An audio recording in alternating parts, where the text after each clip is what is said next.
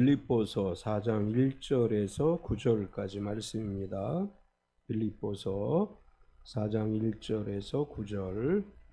제가 가지고 있는 성경은 신약 성경 322페이지입니다. 빌립보서 4장 1절에서 9절까지 우리 같이 합독하겠습니다. 그러므로 나의 사랑하고 사모하는 형제들, 나의 기쁨이요 면류관인 사랑하는 자들아, 이와 같이 주 안에 서라. 내가 유오디아를 권하고 순두개를 권하노니 주 안에서 같은 마음을 품으라. 또 참으로 나와 멍에를 같이 한 내게 구하노니 복음에 나와 함께 힘쓰던 저 여인들을 돕고 또한 글레멘드와 그 외에 나의 동역자들을 도우라. 그 이름들이 생명책에 있느니라. 주 안에서 항상 기뻐하라. 내가 다시 말하노니 기뻐하라. 너희 관용을 모든 사람에게 알게 하라. 주께서 가까우시니라. 아무것도 염려하지 말고 다만 모든 일에 기도와 간구로 너희 구할 것을 감사함으로 하나님께 아뢰라. 그리하면 모든 지각에 뛰어난 하나님의 평강이 그리스도 예수 안에서 너희 마음과 생각을 지키시리라. 끝으로 형제들아, 무엇이든지 참되며 무엇이든지 경건하며 무엇이든지 옳으며 무엇이든지 정결하며 무엇이든지 사랑받을 만하며 무엇이든지 칭찬받을 만하며 무슨 덕이 있든지 무슨 기름이 있든지 이것들을 생각하라. 너희는 내게 배우고 받고 듣고 본 바를 행하라. 그리하면 평강의 하나님이 너희와 함께 계시리라. 아멘. 찬송가 412장 찬송하시고 말씀 나누겠습니다.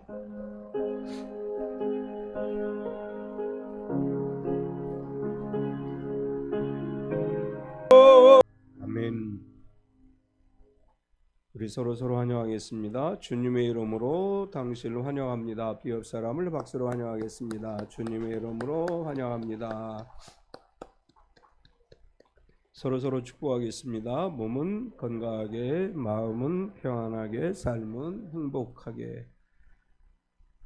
어제 대전에 갔다 오는데 우박이 막 떨어지더라고요. 뉴스 보셨는지 모르겠는데 고속도로에서 우박이 떨어지는데 이러다가 차 창문이 깨지는 거 아니야? 유리창이 깨지는 거 아니야? 그럴 정도로 우박이 많이 쏟아졌습니다. 날씨가 굉장히 변화무쌍하죠. 이런 날씨 속에서도 우리 찬빛 가족들 모두 건강하고 평안하고 행복한 하루하루 되시기를 축원합니다. 아멘. 하나님께서 36년 전에 우리 석천동에 찬빛교회를 세우셨습니다. 그리고 오늘까지 지켜주셨습니다. 한 교회가 세워지는 것은 하나님의 섭리 안에서 이루어지는 일이고 특별한 하나님의 섭리 안에 우리 찬빛교회가 세워졌고 오늘까지 지켜주셨는데 오늘까지 지켜주신 하나님께 감사를 드리고 오늘 이곳에 함께 예배하며 이 교회를 섬기는 모든 성도님들에게 감사를 드립니다. 코로나 팬데믹을 겪으면서 많은 교회들이 사라졌습니다. 물론 코로나가 아니더라도 한국 교회가 점점 감소되어지는 추세였는데 인구가 줄어들면서 교회 숫자도 줄어들고 있는 이런 상황 속에서 그 어려운 팬데믹을 잘 견디어내고 오늘 이렇게 하나님 앞에 36주년 감사 예배를 드리게 된 것은 하나님의 은혜라고 믿습니다. 우리의 현실이 어려움이 있지만 그런 가운데서도 우리가 모여 예배할 수 있고 이 교회를 오늘까지 유지할 수 있었고 기대하기는 주님 오시는 날까지 이 교회가 살아있게 될 줄로 믿습니다. 우리가 오늘 예배 드리는 찬빛교회가 우리의 삶이 다 하면 끝나는 것이 아니고 우리의 자녀들이 계속해서 이 교회를 이어가고 주님 오시는 날 우리 모두가 찬빛교회 성도로 주님 앞에서 만나게 되는 역사가 일어날 줄 믿습니다. 우리 이 유연이나 시우 같은 아이들도 이 교회의 주인이 되고 또 우리 지금 청년들 군대 가 있는 청년들도 이 교회의 주인이 되고 그렇게 해서 이 교회의 이름이 이 교회가 계속해서 이어져서 하나님의 영광을 드러내는 교회가 되고 하나님이 기뻐하시는 교회가 될 줄 믿습니다. 오늘 창립 36주년 감사 예배를 드리면서 빌립보 교회에게 주신 말씀으로 은혜를 나누려고 하는데, 우리가 살아가는 세상은 늘 불안하지요. 그래서 걱정과 염려가 많은 세상입니다.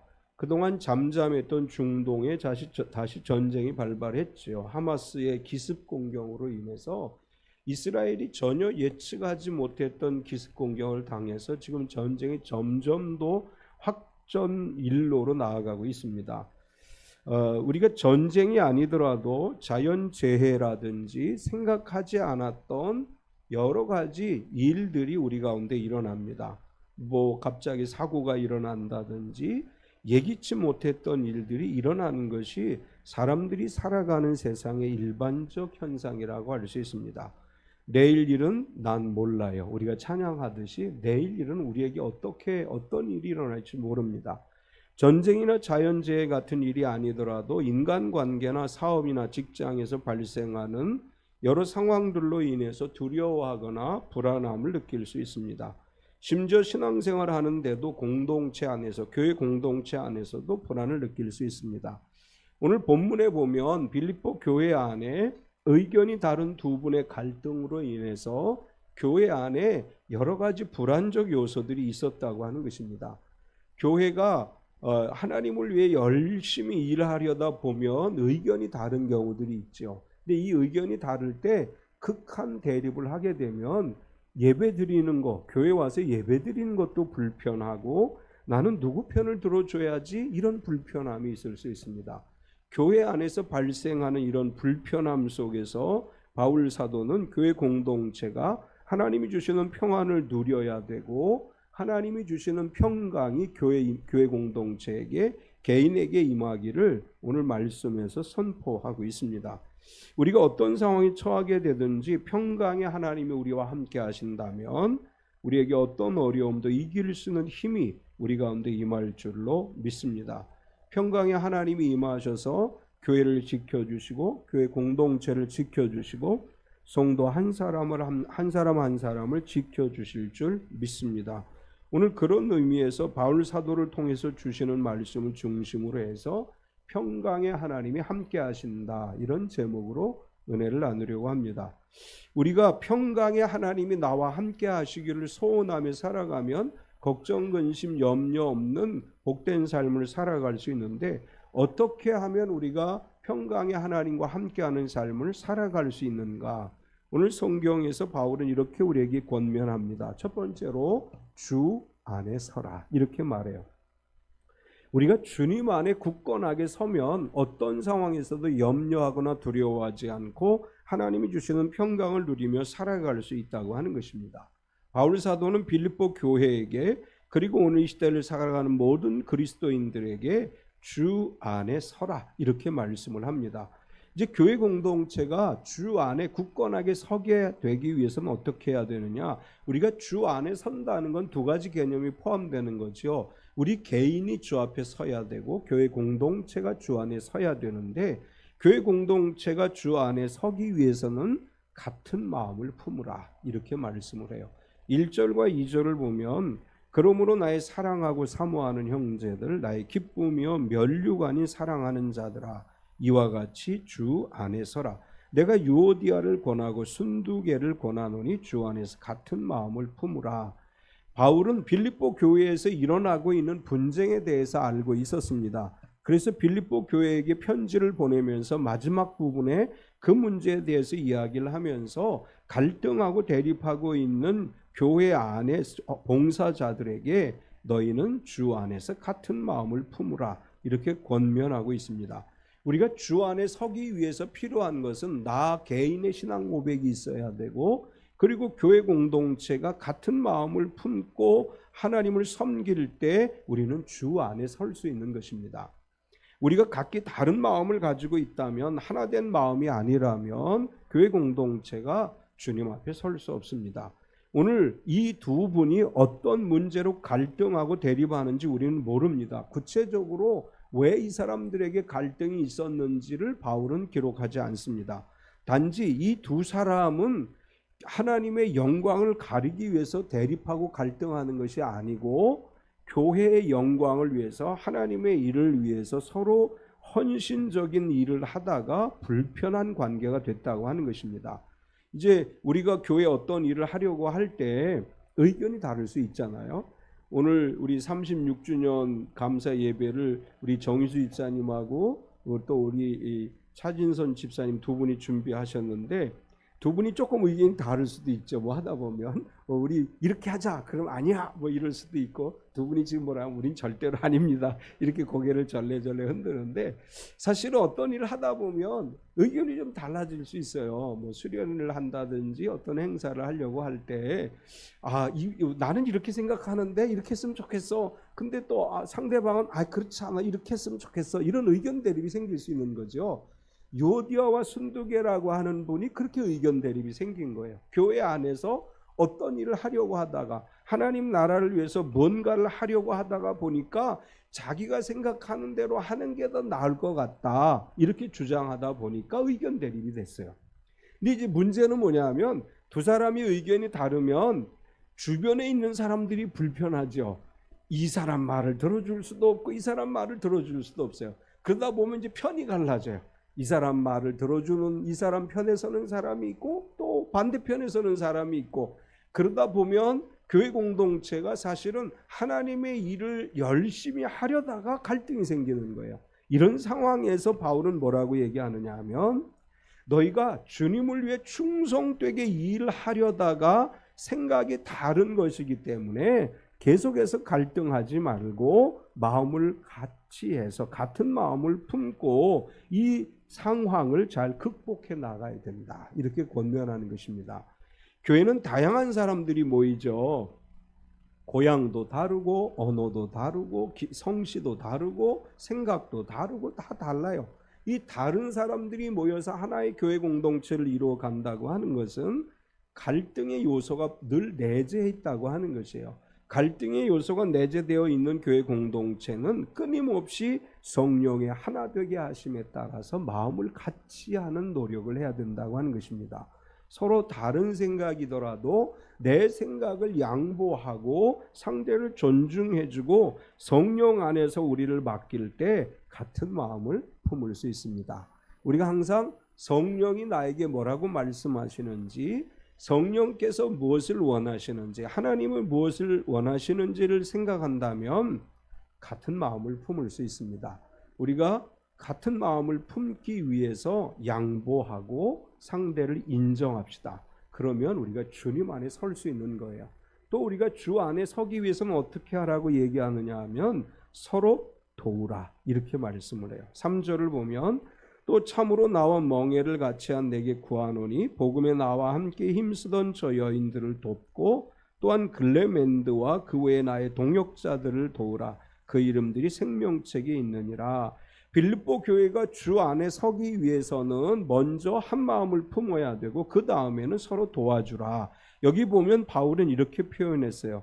나와 함께 힘쓰던 저 여인들을 돕고, 나와 함께 힘쓰던 저 여인들은 유오디아와 순두계를 얘기하는 것입니다. 이 두 여인은 바울의 사역에 돕는 사람들이었어요. 그러니까 지금 갈등하고 있는 것도 하나님의 일을 잘하기 위해서 갈등하는 것이기 때문에 저 두 분이 갈등을 잘 봉합하고 한 마음이 되도록 서로 도와주라 그런 말이에요. 서로 도와주어서 이 상황을 어떻게 하면 우리가 잘 극복할 수 있는지 교회 안에서 갈등하는 사람들을 도와서 하나가 되게 하라 이렇게 말하고, 그 다음에 또 어떤 사람들을 도와야 되느냐, 글레멘드와 그 외의 나의 동역자들을 도우라. 이 말은 교회는 지도자를 비롯해서 하나님께서 원하시는 사역을 감당하려고 할 때 서로 돕는 일을 잘 해야 된다라고 하는 것입니다.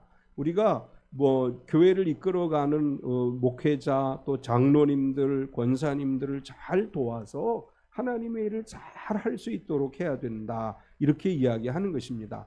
이 글레멘드라고 하는 분은 어떤 분인지 우리가 몰라요. 성경에 여기 딱 한 번 이름 나오고 이분이 어떤 일을 했는지에 대한 기록은 없어요. 그런데 바울은 뭐라고 얘기했느냐 하면 글레멘드와 그 외에 나의 동역자들이라고 얘기했어요. 그렇게 기록한 것으로 볼 때 이분은 빌립보 교회의 지도자 중에 한 사람인 것을 알 수 있죠. 우리가 교회를 위해 헌신하는 사람들을 잘 돕는 게 주님 앞에 서는 거예요. 우리가 서로를 잘 도와주면 우리 교회 공동체가, 참빛교회 공동체가 주 안에 서는 교회, 하나님의 평강이 임하는 교회가 될 줄 믿습니다. 또 주 안에 서기 위해서 뭐가 필요하냐? 관용을 모든 사람에게 알게 하라, 이렇게 말씀합니다. 5절을 보면 너희 관용을 모든 사람에게 알게 하라, 주께서 가까우시니라. 관용이라고 번역되어진 헬라어는 토 에피에이케스라고 하는 단어예요. 이 단어가 갖는 의미는 칼빈은 이렇게 설명을 했습니다. 손해나 역경을 당해도 쉽게 동요되거나 넘어지지 않고 평정을 유지하는 영적 인내다. 칼빈은 이렇게 이 단어를 해석을 했어요. 우리가 내게 손해가 되더라도 나에게 어떤 어려움이 오더라도 평정심을 유지하고 사람들을 향해서 끊임없이 사랑과 용서를 베풀라, 이런 말씀이고, 또 이것은 자신의 권리를 포기하더라도 너그러운 태도를 가져라, 그런 말이에요. 우리가 욕심을 부리지 말라는 말로 이 말을 해석할 수 있습니다. 욕심을 내려놓으면 사람들에게 관용할 수 있어요. 사람들을 용서하고 사람들에게 너그러운 마음을 가질 수 있습니다. 바울은 이런 태도는 교회 안에서 성도들 간에만 갖는 것이 아니고 불신자들, 심지어 핍박하는 자들에게까지도 교회는, 성도는 관용을 베풀어 주어야 된다. 우리가 서로에게 관용을 베풀어야 한 마음이 될 수 있어요. 서로에게 관용을 베풀어야 주님 안에서 굳건하게 설 수 있는 것입니다. 교회 밖에서도 마찬가지예요. 직장에서, 사업체에서, 삶의 현장에서 그리스도인들이 해야 될 일은 관용입니다. 나를 핍박하는 사람까지, 내게 손해를 입히는 사람까지 관용하고 용서하고 너그러운 마음을 대할 때 그들이 예수님을 만나게 되고 그들이 주님 안에서 믿음으로 하나님을 바라보게 되는 역사가 일어나게 될 줄 믿습니다. 우리가 하나님의 평강이 우리 가운데 거하게 하기 위해서 첫 번째 주 안에 서라고 했고, 두 번째는 주 안에서 항상 기뻐하라, 이렇게 말씀합니다. 우리가 주님 안에서 기뻐하는 삶을 살아갈 때 하나님의 평강이 내 안에 임한다고 하는 거예요. 내 마음에 걱정과 근심이 있으면, 그리고 늘 불평이 있으면 하나님의 평강이 임할 수 없습니다. 어떠한 상황에서도 기뻐할 때 우리 안에 하나님의 평강이 임하게 되는데, 주 안에서 항상 기뻐하기 위해서는 어떻게 해야 돼요? 아무것도 염려하지 말라, 이렇게 말씀해요. 6절을 보면 아무것도 염려하지 말고 다만 모든 일에 기도와 간구로 너희 구할 것을 감사함으로 하나님께 아뢰라. 아무것도 염려하지 말고 라고 하는 이 말의 성경의 의미는 뭐냐 하면 염려를 중단하라, 이런 뜻이에요. 그러니까 원래 염려할 일이 없다, 그게 아니에요. 너는 예수 잘 믿으면 걱정거리가 없어, 이게 아니에요. 걱정거리 있습니다. 우리가 예수님 잘 믿어도 염려거리가 있어요. 일이 잘 안 될 수도 있어요. 사고가 날 수도 있어요. 피해를 입을 수도 있어요. 자연재해를 겪을 수도 있어요. 그런데 뭐라고 말씀하시느냐 하면, 그렇지만 염려를 중단해라. 염려 중단하고 염려를 하지 말아라. 우리가 염려해서 얻을 수 있는 게 뭐가 있습니까? 염려하면 일이 해결되던가요? 염려하면 삶의 모든 문제가 잘 해결되어지는 길이 보이던가요? 염려하면 염려할수록 더 우리는 끊임없는 염려와 걱정 속에 파묻혀버리고 말아요. 염려는 할수록 늘어나는 거죠. 그래서 예수님은 마태복음 6장 27절에서 이렇게 말씀하셨어요. 너희 중에 누가 염려함으로 그 키를 한 자라도 더 할 수 있겠느냐. 염려한다고 애들의 키가 한 자 더 크는 거 아니에요. 염려한다고 더 물질의 문제가 해결되는 게 아니에요. 우리가 염려하면 마음이 힘들어지고 그리고 나중에 정신적 탈진을 하게 돼요. 따라서 염려를 중단하라. 염려를 멈추고 나면 우리 안에 성령이 주시는 주님의 기쁨이 넘쳐나게 됩니다. 염려를 멈추고 하나님이 주는 진정한 기쁨을 마음에 담고 살아가야 되고, 염려를 멈추기 위해서 어떻게 해야 되느냐? 감사함으로 하나님께 아뢰라, 이렇게 말해요. 6절 뒷부분에 보면 다만 모든 일에 기도와 간구로 너희 구할 것을 감사함으로 하나님께 아뢰라. 염려하기보다는 염려는 멈추고 염려할 시간에 기도하고 간구해라. 그런데 어떻게 기도를 하느냐? 걱정이 태산 같은 기도를 하는 것이 아니고 감사함으로 하나님께 아뢰라. 우리가 어떻게 감사함으로 아뢰일 수 있습니까? 사실은 막 걱정할 일 많아지면 기도 시간에도 머릿속에 걱정할 일들이 막 돌지요. 막 머릿속이 막 회전이 돼요. 이거 어떡하지? 막 이렇게 염려하고 걱정하게 되는데, 어떻게 하면 염려하고 걱정하는 일을 감사함으로 하나님께 아뢰일 수 있느냐? 예수님 마태복음 6장 32절에서 이렇게 말씀하셨어요. 이는 다 이방인들이 구하는 것이라. 너희 하늘 아버지께서, 그 다음부터 같이 읽어볼까요? 이 모든 것이 너희에게 있어야 할 줄을 아시느니라. 아멘. 걱정과 염려로 기도하는 건 이방인들이 하는 거래요. 믿음이 없는 사람들이 하는 거래요. 우리가 무엇이 필요한지, 지금 우리의 상황이 어떤지 하늘 아버지가 다 아시기 때문에 감사로 구하면, 감사로 아뢰면 하나님께서 그것을 채워 주신다고 하는 것입니다. 걱정의 기도가 아니라 감사의 기도를 합시다. 염려의 기도가 아니라 감사의 기도를 합시다. 감사의 기도는 기적을 이루는 능력으로 나타날 줄 믿습니다. 우리가 염려하지 않고 감사함으로 아뢰일 때 하나님의 평강이 우리 마음과 생각을 지키십니다. 7절을 보면 그리하면 모든 지각에 뛰어난 하나님의 평강이 그리스도 예수 안에서 너희 마음과 생각을 지키시리라.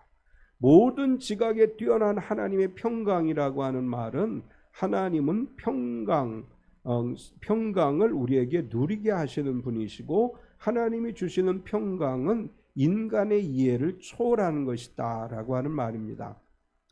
염려하지 말고 감사함으로 하나님께 아뢰일 때 나도 모르게 내 안에서 평강이 넘치게 돼요. 내 안에서 하나님이 주시는 평강이 넘쳐나게 되고, 이것은 세상이 주는 것과 비교할 수 없는, 세상이 줄 수 없는, 오직 하나님만이 주실 수 있는 평강이 우리 안에 넘쳐나게 될 줄로 믿습니다. 모든 것을 감사함으로 주님 앞에 내려놓을 때 하나님의 평강이 우리 마음과 생각을 지켜주시고, 우리가 하나님 앞에 늘 기뻐하고 감사하는 삶을 살아갈 때 하나님의 역사가 우리 가운데 일어날 줄로 믿습니다. 세 번째는 이것들을 생각하라, 이렇게 말씀해요. 모든 것을 감사함으로 아뢰를 때 하나님의 평강이 우리 마음과 생각을 지켜주신다, 이렇게 말하고, 하나님의 평강이 임하고 우리 마음과 생각을 지켜주신 그 하나님의 은혜를 기억하면서 우리는 이것들을 생각하라. 바울은 이렇게 얘기해요. 바울이 말하고 있는 이것들을 생각하라, 이 말은 내가 너에게 가르쳐준, 그래서 너희가 내게 배우고 받고 듣고 본 바를 행하는 것이다, 이렇게 이야기하는데, 우리가 그리스도 안에 살아가는 하나님의 평강이 우리 마음을 주장하는 믿음의 사람들이라면 우리가 뭘 생각해야 되느냐?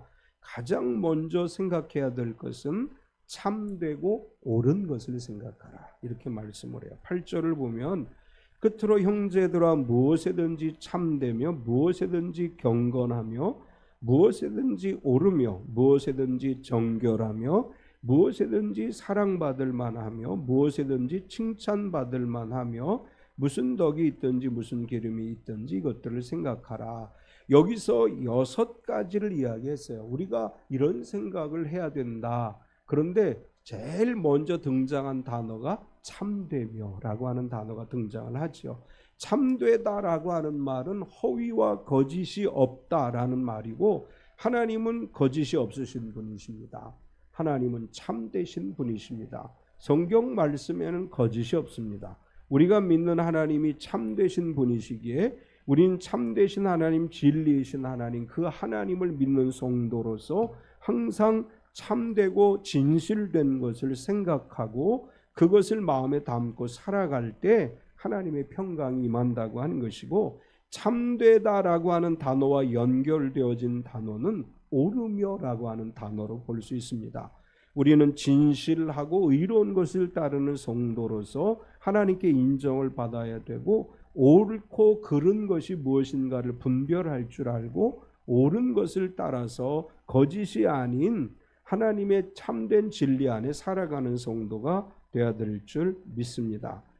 우리가 진실 안에 거할 때 평안이 오는 거죠. 거짓이 우리 안에 있으면 늘 불안하잖아요. 누군가에게 내가 거짓말을 하면 그것이 들킬까 봐 불안하지요.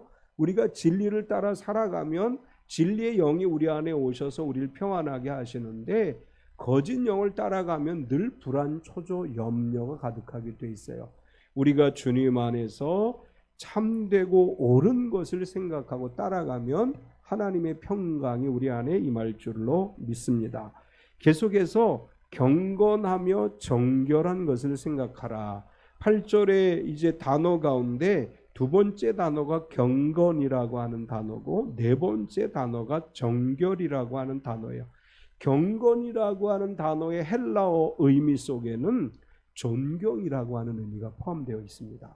우리가 정결한 그리스도인으로 경건한 그리스도인으로 살아가게 될 때 교회 안에서 또한 세상 속에서 존경받는 그리스도인으로 살아갈 수 있다고 하는 것입니다.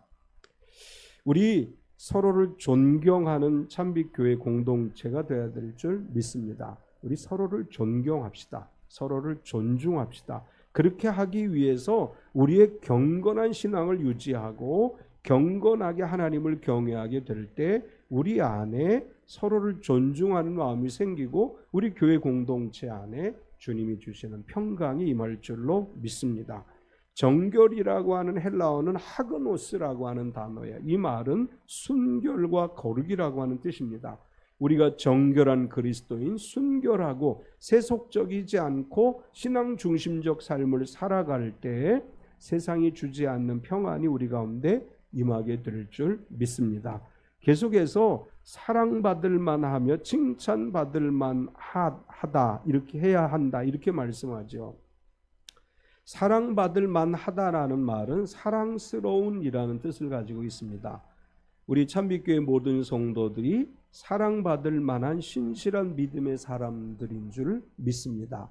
누구에게나 사랑받을 만하면 걱정하고 염려하기보다는 평안이 임하게 될 것이고, 또 누구에게나 칭찬받을 만한 삶을 살아간다면 우리 교회 공동체가 세상으로부터 비판과 비난의 대상이 되지 않고 그리스도의 영광을 드러내는 교회가 될 것이고, 이렇게 될 때 9절의 결론적으로 바울은 이렇게 이야기해요. 너희는 내게 배우고 받고 듣고 본 바를 행하라. 그리하면 평강의 하나님이 너희와 함께 계시리라.